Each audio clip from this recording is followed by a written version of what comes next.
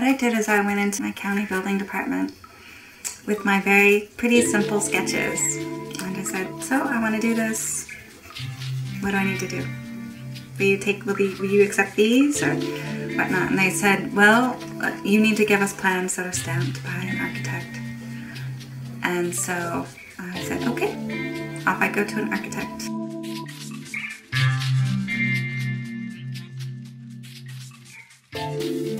What it kind of boiled down to was that everybody in the regular permit process, all the different people along the way, everybody kind of gets their fee for their little bit of paper.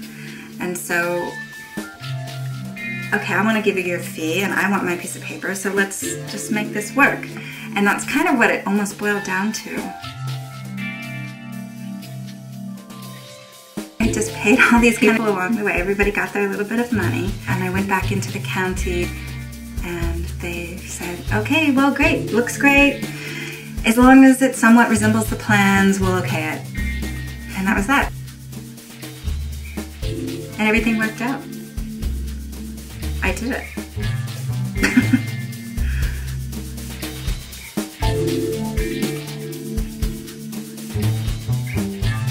I had been fortunate enough to live in this incredible space here in Vancouver in this very, very large garden. So we had the space to build a small cob structure, so we thought, let's do it.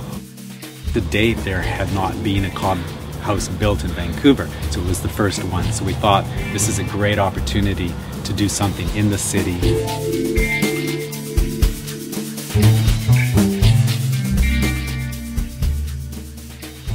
And at that time, not many people knew about it. Certainly building officials didn't know, so that's why we kept it under 100 square feet.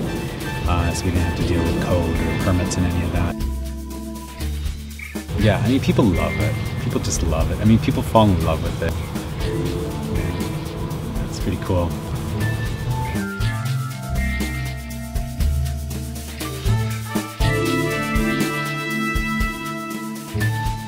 After this project, I worked with the community garden group and we put a proposal together to build a small gathering place in one of the local community gardens.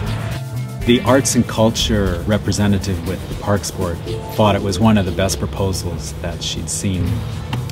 A year later, there was the opportunity to build a popcorn stand in Stanley Park. The Parks Board approached me to build that building, and of course I jumped on the opportunity. I mean, Stanley Park is the premier park in North America. It's one of the most beautiful parks in the world, and thousands of visitors go to Stanley Park yearly. So it would be an amazing opportunity to showcase cob building. So it was very, very exciting.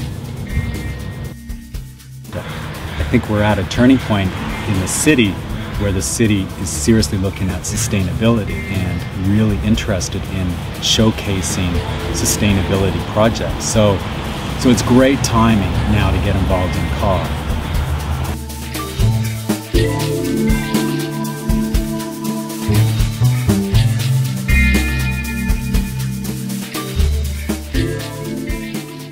Having the city get behind it and support it to the degree that they have legitimizes cob in a way that we haven't seen before at that level.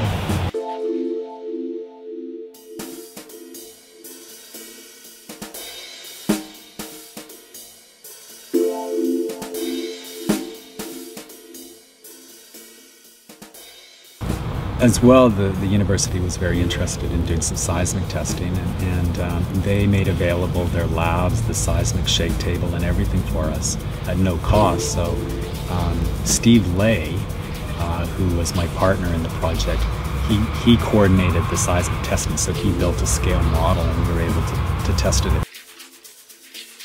The main thing for the earthquake design, we managed to conscript Professor Carlos Ventura at the university, who was engaged in building a rather large shake table for testing buildings and elements of buildings and earthquakes, and prevailed upon him to test our cob building.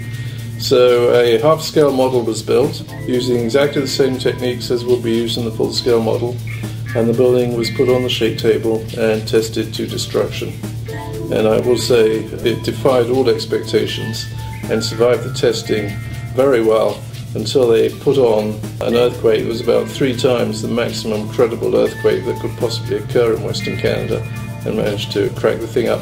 Even at that stage it didn't actually collapse, but parts of the walls fell out. But it would still have met the criteria of the building code that that building did not collapse, and people, any occupants, could evacuate the building without injury.